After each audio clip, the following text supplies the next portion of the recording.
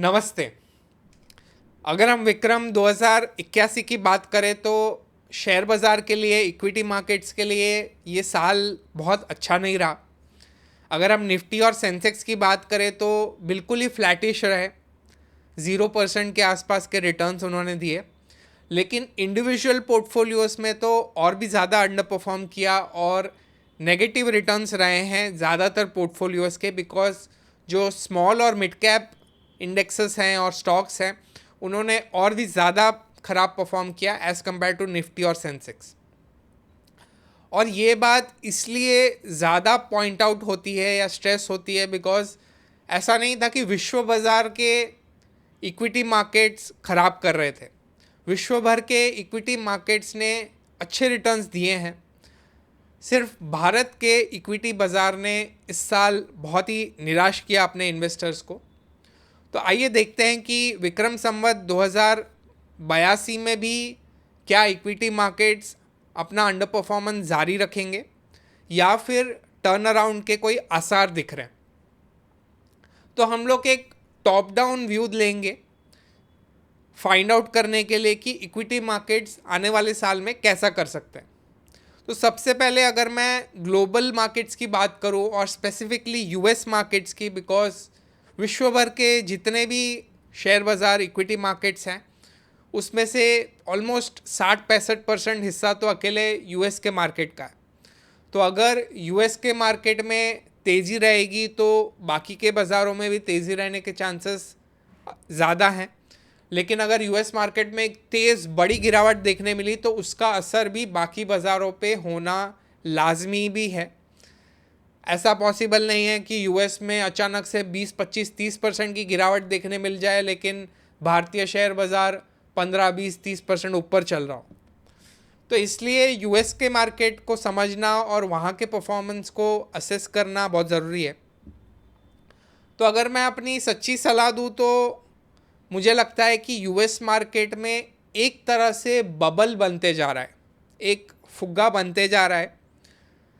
क्या वो इतना बड़ा बन गया है कि कभी भी फूट सकता है और वहाँ के शेयर बाज़ार में अचानक से 30-40-50% की गिरावट देखने मिल सकती है जैसे 2007-8 में देखने मिली या 2020-21 में देखने मिली?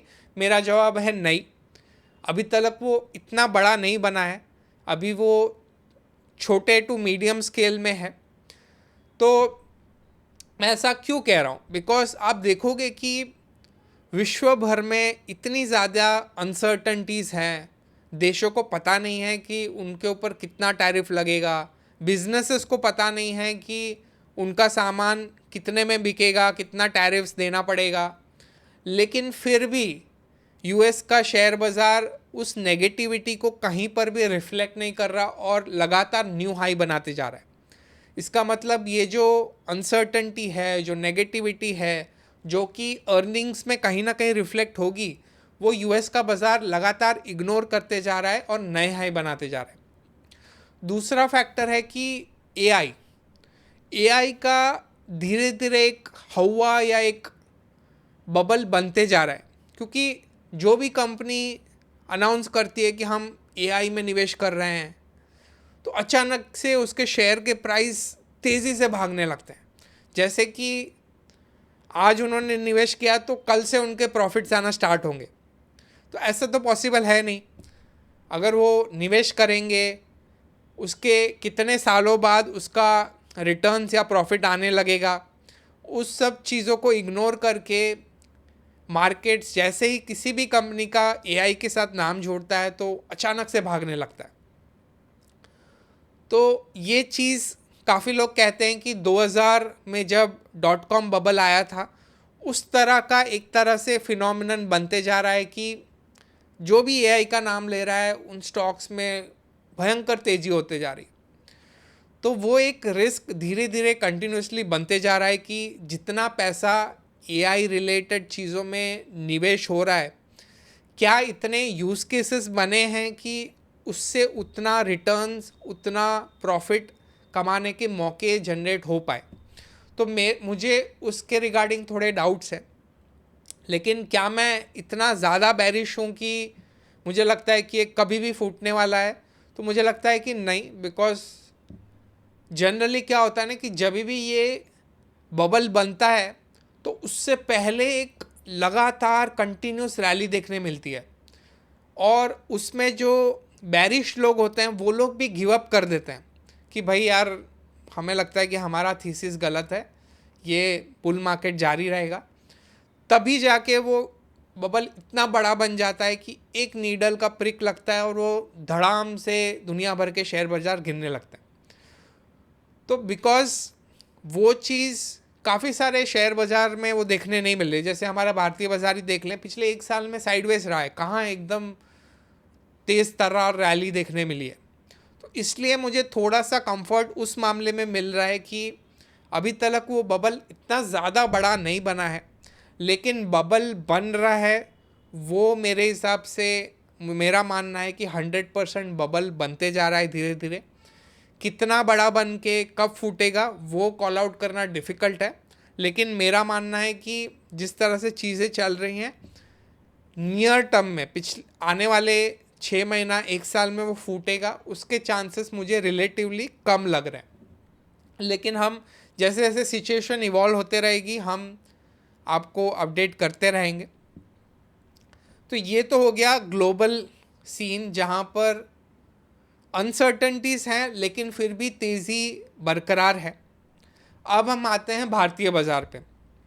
तो बिकॉज भारतीय बाज़ार पिछले 1 साल में साइडवेज टू नेगेटिव रहे हैं, तो इसकी वजह से जो हमारा वैल्यूएशन प्रीमियम जो बहुत ज़्यादा बढ़ गया था वो अभी सीमित दायरे में, कंट्रोल में आ चुका है। तो वो हमारे लिए एक कंफर्टिंग फैक्टर है। दूसरा, जो अर्निंग्स में एक बहुत बड़ा स्लो डाउन देखने मिल रहा था पिछले कुछ क्वार्टर्स में, उसमें अभी धीरे धीरे थोड़े थोड़े ग्रीन शूट दिखने लगे हैं।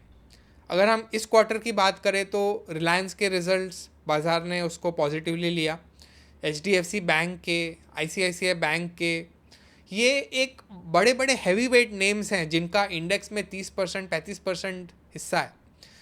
इवन IT स्टॉक्स में रिजल्ट्स ने थोड़े से हल्के से ग्रीन शूट दिखने मिले हैं कुछ कुछ कंपनियों में, मतलब बिकॉज एनालिस्ट की एक्सपेक्टेशंस, मार्केट की एक्सपेक्टेशंस ही इतने स्लो डाउन हो चुकी हैं, इतनी कम हो चुकी हैं कि एक आधा पॉइंट 1% पॉइंट रिजल्ट्स बेटर आते हैं तो भी एक पॉजिटिव रैली देखने मिल जाती है। तो इस हिसाब से अगर मैं देखूँ तो जो वैल्यूएशंस पे भी बहुत ज़्यादा प्रेशर था कि बहुत ज़्यादा हम लोग रिचली वैल्यूड है, वो भी धीरे धीरे मेलो डाउन हो रहा है, कंट्रोल में आ रहा है। क्या हम ऐसे रिजल्ट्स देने लग रहे हैं कि लगातार एक सस्टेनेबल रैली देखने मिल सकती है, आने वाले 6 साल में निफ्टी 8 10 15% भाग जाए? मुझे नहीं लगता कि हम उतने अच्छे रिजल्ट्स दे रहे हैं।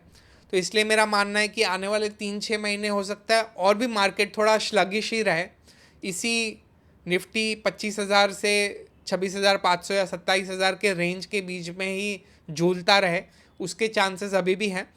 लेकिन फरवरी मार्च के बाद, 2026 के फरवरी मार्च के बाद एक अच्छी रैली देखने के चांसेस अभी बनते जा रहे हैं। अब हम बात करते हैं कि कौन से ऐसे कंपनियां हैं जो कि ज़्यादा अच्छा परफॉर्म कर सकते हैं। तो पहले तो मैं मार्केट कैप की बात करूँ तो मेरा मानना है कि अगले 1 साल में large cap stocks small cap और मिड कैप को आउट परफॉर्म करेंगे। मेरा बहुत ही स्ट्रांगली इसका मानना है, बिकॉज लार्ज कैप स्टॉक्स के अगर आप वैल्यूएशंस देखेंगे तो जो आइडियली मिड कैप और स्मॉल कैप से थोड़े से प्रीमियम में ट्रेड कर सकते, बिकॉज ये सारे एक वेल नोन ब्रांड्स हैं। लेकिन अभी जो साइडवाइज करेक्शन, अंडर परफॉर्मेंस पिछले कुछ टाइम की रही है, उसकी वजह से वैल्यूएशंस का कंफर्ट लार्ज कैप में सबसे ज़्यादा है।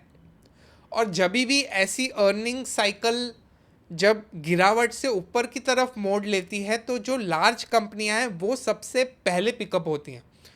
तो मेरा बहुत ही स्ट्रांगली मानना है कि अगर आप नया पैसा निवेश कर रहे हैं या अपना पोर्टफोलियो को रीडिस्ट्रीब्यूट कर रहे हैं तो लार्ज कैप में अपना एलोकेशन अच्छा रखें, बढ़ाएं, बिकॉज आने वाले 1 साल में large caps definitely mid cap और स्मॉल कैप को बीट कर सकते हैं, उनसे अच्छे रिटर्न्स दे सकते हैं। अब हम चलते हैं इंडिविजुअल सेक्टर्स और स्टॉक्स की तरफ। कौन से ऐसे सेक्टर्स और स्टॉक्स पे मैं सबसे ज़्यादा बुलिश हूँ? सबसे पहला नेम है बैंकिंग। मेरा मानना है कि बैंकिंग सेक्टर के स्टॉक्स अगले 1 साल में निफ्टी को आराम से आउट परफॉर्म कर सकते हैं, क्योंकि बहुत सारे ऐसे फैक्टर्स उनके फेवर में चल रहे हैं। एक तो वैल्यूएशन, अगर आप देखोगे तो हिस्टोरिकल लेवल से एकदम डिस्काउंटेड वैल्यूएशंस पे ये सारे स्टॉक्स आ गए हैं। दूसरा, अभी जो टेलविंड्स आ रही हैं, जो रेट कट्स हुए, जनरली माना जाता है कि जब रेट कट्स होती हैं उसके बाद बैंकिंग स्टॉक्स के लिए या बैंकिंग कंपनीज के लिए सबसे बेनिफिशियल टाइम होता है, बिकॉज जिस तरह से रेट कट्स होती हैं वो डिपॉजिट में तो वो लोग रेट कट कर देते हैं, लेकिन जो क्रेडिट है उसमें उतना रेट कट नहीं करते हैं, तो उनका मार्जिन में एकदम बूस्टअप देखने मिलता है। तो ये सारे फैक्टर्स हैं जो मुझे लगता है कि बैंकिंग के लिए बहुत ही फेवरेबल है। जैसे ही अर्निंग्स में पिकअप्स देखने मिलेंगे तो बैंकिंग स्टॉक्स बहुत ही शानदार 15, 20, 25, 30% रिटर्न्स दे सकते हैं। इसमें मैं अगर 3 नाम की बात करूं जिस पे मैं सबसे ज़्यादा बुलिश हूं, वो है HDFC बैंक, कोटक बैंक और SBI। तो आप अपने प्रेफरेंस के हिसाब से, अगर आप प्राइवेट सेक्टर को ज़्यादा प्रेफर करते हैं तो HDFC और कोटक में निवेश कर सकते हैं, और अगर आप पब्लिक सेक्टर को प्रेफर करते हैं तो SBI में भी कुछ हिस्सा डाल सकते हैं। लेकिन मैं बहुत ज़्यादा स्ट्रॉन्ग कन्विक्शन है कि banking sector, specially large banks, आने वाले 1 साल में निफ्टी के रिटर्न्स को आसानी से आउट परफॉर्म करने की क्षमता रखते हैं। दूसरा जो बड़ा सेक्टर है जो कि आउट परफॉर्म करने की क्षमता रखता है वो है ऑटोज़। ऑटोज़ में मैं मोस्टली उन स्टॉक्स को प्रेफर करूंगा जो कि अच्छा सेल्स ग्रोथ कंटिन्यूसली देते जा रहे हैं और वैल्यूएशंस में थोड़ा सा कंफर्ट है। हालांकि जब से GST रेट कट का अनाउंस हुआ है तो ये स्टॉक्स काफ़ी भाग चुके हैं, लेकिन अभी भी जो अर्निंग्स का जो मोमेंटम है आने वाले कुछ क्वार्टर्स में, ये ऑटो स्टॉक्स में सबसे अच्छा रह सकता है सारे सेक्टर्स के कंपैरिजन में। तो इसमें जो मेरे 2 प्रिफर्ड पिक्स हैं वो है पहला वाला M&M, जिसका कंटिन्यूसली SUV स्पेस में, ट्रैक्टर स्पेस में एक स्ट्रॉन्ग मोमेंटम दिखते आ रहा है और इसने कंटिन्यूसली अपना मार्केट शेयर भी गेन किया है। कहाँ ये चौथा नंबर का प्लेयर होता था, पहले मारुति होता था, फिर Hyundai होता था, फिर टाटा होता था, फिर M&M होता था। अब M&M जंप करके सेकेंड लार्जेस्ट प्लेयर बन चुका है, मतलब कंटिन्यूसली मार्केट शेयर गेन किया है। और जिस तरह से प्रोडक्ट के इनोवेशंस ला रहे हैं, जिस तरह की उनकी प्रोडक्ट पाइपलाइंस रही है, वो भी काफ़ी इम्प्रेसिव रही है। तो M&M पे मैं काफ़ी पॉजिटिव हूँ। दूसरा है हीरो मोटोकॉर्प, जिसने कई सालों तक अंडर परफॉर्म किया, लेकिन इसने अच्छा मोमेंटम पिक किया है। उनके सेल्स के नंबर भी काफ़ी अच्छे पिकअप हो रहे हैं, उसका डिविडेंड परसेंटेज भी काफ़ी अच्छा है। तो इस हिसाब से हीरो मोटोकॉर्प बाकी 2 व्हीलर्स के कंपैरिजन में वैल्यूएशन वाइज भी थोड़ा सा चीपर है, तो इसलिए हीरो मोटोकॉर्प भी ऑटो स्पेस में एक प्रेफरेंस पिक होगा। तीसरा मेरा जो पिक होगा वो एक तरह से एक्सपोर्ट रिलेटेड है। तो अगर US और इंडिया के बीच में ट्रेड डील हो जाती है तो इस सेक्टर और इस स्टॉक को काफ़ी अच्छा बूस्टअप फ़ायदा मिल सकता है। वो है फार्मा सेक्टर, और इसमें मेरा पिक है ल्यूपिन। जिस हिसाब से इसका अर्निंग्स मोमेंटम रहा है, आप पिछले कुछ क्वार्टर्स के इनके रिजल्ट्स जाके देख लेंगे तो बहुत ही शानदार रिटर्न्स रहे हैं, लेकिन स्टॉक ने काफ़ी अंडर परफॉर्म किया है पिछले 6-7 महीने में बिकॉज ऑफ ये टैरिफ्स और इससे रिलेटेड अनसर्टेनिटी एंड स्टफ। तो जब भी अगर इंडिया और US के बीच में ट्रेड डील हो जाती है तो जो भी एक्सपोर्ट रिलेटेड सेक्टर्स है वो भागने लगेंगे। आज के टाइम पे उनके वैल्यूएशंस काफ़ी सबड्यूड है बिकॉज ज़्यादा से ज़्यादा पैसा डोमेस्टिक सेक्टर्स को चेज़ कर रहा है। तो वो इन अ वे हेज प्ले करेगा बिकॉज जो हमने पहले 2 सेक्टर्स मैंने बोले, बैंक्स और ऑटोज़, वो डोमेस्टिक प्ले है। तो फार्मा और ल्यूपिन एक एक्सपोर्ट ओरिएंटेड प्ले है, तो अगर ट्रेड डील हो जाती है तो इसमें इस स्टॉक में काफ़ी एक शानदार बढ़त देखने मिल सकती है और अर्निंग्स मोमेंटम कंटिन्यूसली अच्छा बना हुआ है, जारी है। तो वैल्यूएशंस भी कंपैरेटिवली कंटिन्यूसली सस्ते होते जा रहे हैं। मेरा जो आखिरी पिक है वो है एशियन पेंट्स। पेंट सेक्टर में जैसे आप जानते हो कि बिरला ओपस और JSW की एंट्री की वजह से काफ़ी उथल पुथल मची हुई थी। जो एस्टैब्लिश प्लेयर्स थे उनके रेवेन्यू ग्रोथ पे, प्रॉफिटेबिलिटी पे काफ़ी असर हो रखा था। जैसे कि अगर आप देखो टेलीकॉम सेक्टर में हुआ था, जब जियो ने एंट्री मारी थी तो काफ़ी सारे ऐसे प्लेयर्स थे जो मार्केट से बाहर ही हो गए। लेकिन जब जियो सेटल हो गया तो उसके बाद अगर आप देखोगे तो जियो और भारती इन्होंने शानदार रिटर्न्स बना के दिए हैं और इन अ वे एक डुओपोली प्ले बन गए हैं। बिकॉज वोडाफोन आइडिया तो अपने डेप्ट के चक्कर में फंसा हुआ है, बहुत ख़राब हालत है। तो अब जियो और भारती जब मन चाहे रेट्स बढ़ा सकते हैं और कोई उन्हें रोकने वाला भी नहीं है। तो उसी तरह से पेंट सेक्टर में भी अब बिरला ओपस का स्टेबलाइजेशन होते मुझे दिख रहा है और जो एस्टैब्लिश प्लेयर्स थे एशियन पेंट्स वगैरह, उनका रेवेन्यू ग्रोथ और प्रॉफिटेबिलिटी रिटर्न बैक हो सकती है। और इन जनरल जो डोमेस्टिक हमारा जो कंजम्पशन में पिकअप हो सकता है, rate cuts, income tax cut, GST cut, ये सारे फैक्टर्स का क्यूमुलेशन की वजह से तो उसका फ़ायदा पेंट सेक्टर को भी होते हुए देखने मिल सकता है। तो इसलिए एशियन पेंट्स मेरा पिक है, बिकॉज वैल्यूएशन वाइज भी हिस्टोरिकल वैल्यूएशंस के कंपैरिजन में बहुत ज़्यादा गिरावट देखने मिल चुकी है। पिछले 5 साल में स्टॉक ने अंडर परफॉर्म किया है, तो ऐसा भी नहीं है कि बहुत रिचली वैल्यूड है। और दूसरा जो एडवांटेज एशियन पेंट्स में है कि एक बहुत स्ट्रॉन्ग प्लेयर्स, बहुत स्ट्रॉन्ग होल्डर्स के पास उसका स्टॉक है। ऑलमोस्ट LIC के पास 8-10% स्टॉक है, वो तो बेचने वाला नहीं है। ऐसे इंस्टीट्यूशनल होल्डिंग उसकी काफ़ी अच्छी, काफ़ी बड़ी है। तो जब अर्निंग्स में पिकअप होगा, जैसा मुझे लगता है कि आने वाले 1 साल में पेंट सेक्टर के लिए अच्छा दौर फिर से शुरू हो सकता है, तो इनके जो स्टॉक्स हैं उनकी डिमांड बढ़ेगी और ये तेज़ी से भाग सकता है। तो इसलिए एशियन पेंट्स भी मुझे लगता है कि निफ्टी के रिटर्न्स को आने वाले 1 साल में आउट परफॉर्म करने की डेफिनेटली एक कैपेबिलिटी, क्षमता रखता है। तो ये मेरे कुछ चुनिंदा लार्ज कैप पिक्स रहे। जैसे मैंने कहा कि मैं लार्ज कैप पे सबसे ज़्यादा बुलिश हूँ और लार्ज कैप के अंदर भी ये कुछ स्टॉक्स और सेक्टर्स हैं जिन पे मैं सबसे ज़्यादा बुलिश हूँ। इसके अलावा भी कुछ कुछ ऐसे सेक्टर्स हैं जो अच्छा कर सकते हैं लेकिन उनके वैल्यूएशंस अभी थोड़े एक्सपेंसिव हैं।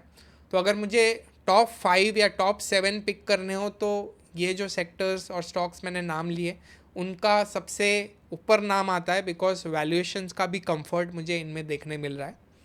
तो आप इनको डेफिनेटली कंसीडर कर सकते हो अपने फ्रेश इन्वेस्टमेंट्स के लिए, या फिर अपना पोर्टफोलियो अगर आप स्वैप कर रहे हो या पोर्टफोलियो रीबैलेंस कर रहे हो तो इन स्टॉक्स के बारे में आप देख सकते हो। तो चलिए, अगर आपको ये वीडियो अच्छा लगा हो तो वीडियो को लाइक करें, चैनल को सब्सक्राइब करें और अपने दोस्तों और फैमिली के साथ शेयर करें। जय हिंद।